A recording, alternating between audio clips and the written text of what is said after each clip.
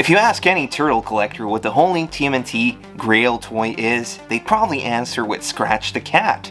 But what makes this cat burglar toy so sought after? How did it jump out early in the 90s as an expensive toy, and now demanding a really ridiculous price tag? According to most, it is the holy grail when it comes to TMNT. But how come? Well, let's find out. Come to me, my precious! But before we do, be sure to subscribe for more 80s and 90s toy videos. And now, let's get started on scratching that collector's itch. Teenage Mutant Ninja Turtles' initial rise to fame started from the moment the first daring comic was released in the mid-80s. By the early 90s, the target group had shifted and focused to 5-year-olds and up. This was mainly thanks to Surge licensing, as all the right moves were played to put the 4 Pizza Frenzy brothers on the map as the next pop culture icons. No anchovies. As Turtlemania infiltrated, every possible form of media and grocery store applicable product got the turtle treatment. And there were toys, oh boy, there were toys everywhere. In toy stores, Playmates ruled the shelves with their bodacious sculpts of the Eastman and Laird creation. By 1993, things started cooling down. Things weren't bad at all, but they started to go out of style. What do you think it is? Why weren't you nominated? Yeah. Ignorance. Kids were ready for something new, and the Super Sentai reincarnation called Mighty Morphin Power Rangers was the new favorite thing.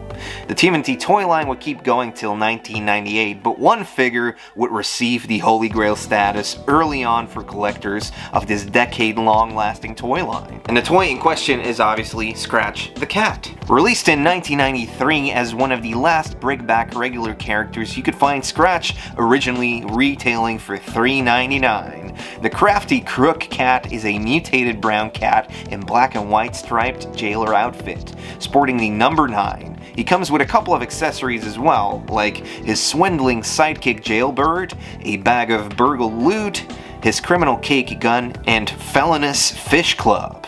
Now to me, the sculpt on this toy just isn't as exciting as the other ones that came out, like Dr. L, Sandstorm, Murdude, Monty Moose, which had way more daring sculpts. Then again, they were really accepting any new characters they could come across as long as Playmates could keep shelf stocked with new plastic product. They didn't have to worry about anything. But after a couple years, early TMNT collectors already saw the figure alongside his brickback collectible buddy Hotspot was pretty uncommon. He was tougher to come by, so he demanded a higher price even for collectors back then. It's supply and demand, and the price just kept going up. After talking to many longtime collectors, I started reconstructing a price timeline for Scratch the Cat. From its initial release where he would be sold at $3.99 and perhaps even get dropped in clearance, but if we trace back to a year later after its release, nothing seems to be going on. He's just another toy on the shelf. But fast forward to 1996, 2 years later, Scratch is already fetching $45 for a loose copy of him, and a carded one can be appraised at $120+. Yeah. Most early collectors I know got their Scratch loose for $80 around the mid-2000s, and of course there were still some that would get lucky finding a carded one for $25 or $60. You could still get lucky finding a Scratch in collections or at garage sales, but then something would pop this ex-con cat on the wanted list for all of the toy resellers and collectors. In 2012, the Toy Hunter series would see Jordan Hembrow discovering a case of TMNTs and pointing out Scratch and Hotspot to everyone who was into toy collecting, and anyone into making a profit on toy flipping as well. He comes across a Scratch and informs the owner of this Grail toy, throws out a number that it would be worth up to $800 for this card example, and makes a deal to buy it for $300, setting expectations in most collectors' minds for this toy.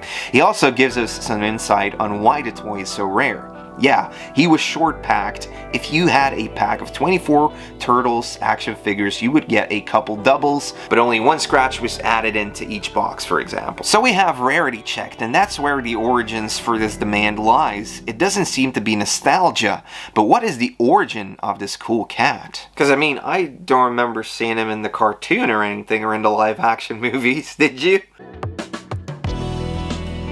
Scratch was actually first announced as a drawing over at Toy Fair in 1993. The prototype hadn't been completed in time for the printing of these catalogs. As you can see over here, we just got the drawing of our little dude. Seeing as it's mainly just a sketch of the cat in a cartoon form, maybe he came from a comic or something like that.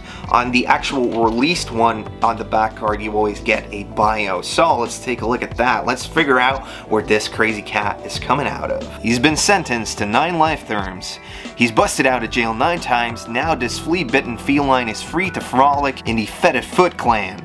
Scratch is the meanest street cat you're likely to meet, and if you perchance to run into this mutant mongrel, run him over before he scratches you senseless. But beware, because Scratch is a master of trickery. That's how he gets out of jail all the time. He may fool the fuzz by offering them a piece of his criminal cake gun. Then it's swipe swipe and Scratch is off running with his swindling sidekick Jailbird. Together, they torment and terrorize the teens by bumping off banks and teaming up with Shredder. And no matter how he flips to fight, Scratch always lands on his feet.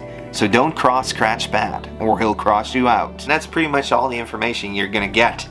But after doing a little bit of research, the figure itself seems to be loosely based off of a comic character from the Archie comics, or the guys over at Varner and Anaglyph Studios had some guy sketch up a burglar cat. That could as well just have been the thing. But yeah, there's a similar type of character in the Archie comics. In the Turtles' adventures, as he first appeared in December of 1990 as Pookie, the mutant cat and part of the Uncanny Trio alongside Nocturno the Owl and Nevermore the Scarecrow. Pookie was his name before the mutation, and now he's known as Hallowcat. Then again, nothing looks like a sketch, so it might have just been an illustrator dropping this idea for a convict cat, a play on words with cat burglar, and just running with it. After the sketch was done, Varner and Anaglyph Studios went to work, so unless you had somehow connected the release of Scratch to the cat in the comics, where would you feel nostalgia for this toy? Scratch would, however, make an appearance in the Game Boy game for Nintendo. TMNT's Radical Rescue, the third Game Boy game, which is a Metroid-style beat-em-up. Very fun game as you encounter Scratch as one of the game's bosses next to Dirtbag, Scaletail, and Super Shredder. Scratch uses his ball and chain as a weapon, but also rush attacks and claw swipes, so beware if you want to defeat him. He wasn't in the cartoon or in the movies. There really wasn't a lot of media on this character, so the recognition of this toy as a Grail seems to be solely based on collectors knowing this toy was short-packed and not coming up a lot for sale.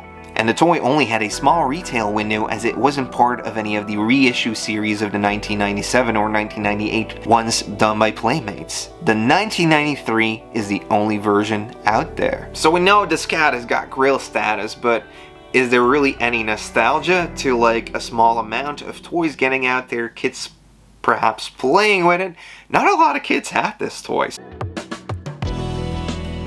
So it's more about the notoriety that this is a very uncommon toy known amongst collectors. And it's especially this nostalgia versus notoriety that would allow him to climb up in value even more. After all, Scratch's story is more of the most sought after TMNT toy than any of his bios. And we could see eBay constantly pushing the price, but also Facebook group raffles. In 2019, a Scratch Cat would demand maybe $400 for a loose one, and a cart one could be upwards of $1,000 to $2,000. But then COVID happened, and like clockwork, new TMNT collectors would start flooding the market, going for the priciest items first, and Scratch was definitely on their list. Now we have a complete Scratch for going almost $5K on card, and a loose one with no accessories easily getting to $1K for a loose toy.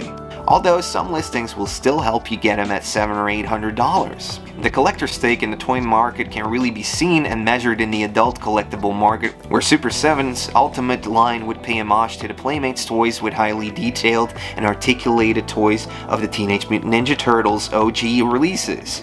First waves included fan favorites and toys most kids played with, but then we'd start seeing characters like Scratch pop up in 2022. Now there weren't a lot of kids who had this one, let alone the white jersey version of Slam Dunk and Donnie, which is also a Grail piece. you could really see collectors getting its stake into which toys were released in which wave. Nostalgia isn't the only thing driving these decisions, but also the story behind the Grails or the fame amassed by just being so sought after. And that's the point where you have to start looking out for copycats of Scratch the Cat.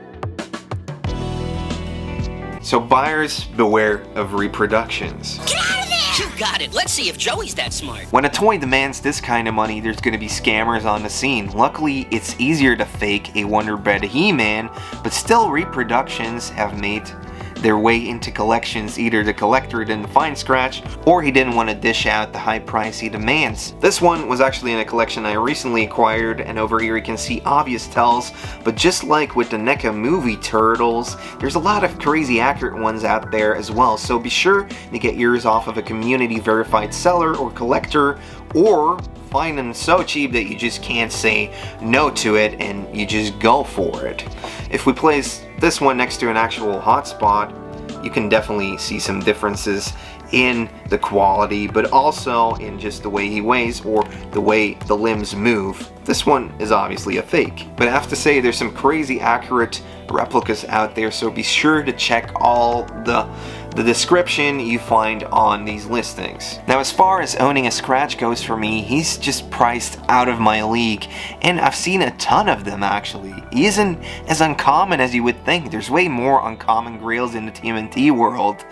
Oh yeah, I'll just wait my turn for the next one that's offered at a good deal, or hopefully I'll get lucky and find one for a couple bucks.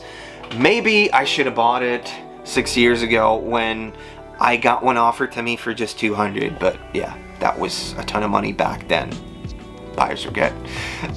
Anyway, at the prices he's going for now, it's not really likely he's going to end up in my collection though. Either way, I don't actually feel the need to have him, and I don't feel nostalgia for him, but he does have a pretty wild track record for setting new TMNT high prize records. So if you have one in your collection, congrats, and if you don't yet, then I wish you the best of luck in trying to find one, and definitely reach out to the community if you feel fishy about one. There's plenty of reinterpretations out there trying to scratch the collector's itch, and plenty trying to capitalize on it. Then again, it's only a matter of time before Playmates notices they should just put all the rarest to find sculpts into one collector's pack and reissue that. Thank you so much for watching. If you liked the video, then please leave a thumbs up and let me know which other toys in the TMNT toy line are a holy grail to you and why they're a holy grail to you, obviously. Be sure to subscribe for more 80s and 90s toy content videos, and if you'd like to do more, you can always support me on Patreon or get a t-shirt in a Teespring down below. I hope to see you in the next video, and Turtle Pow.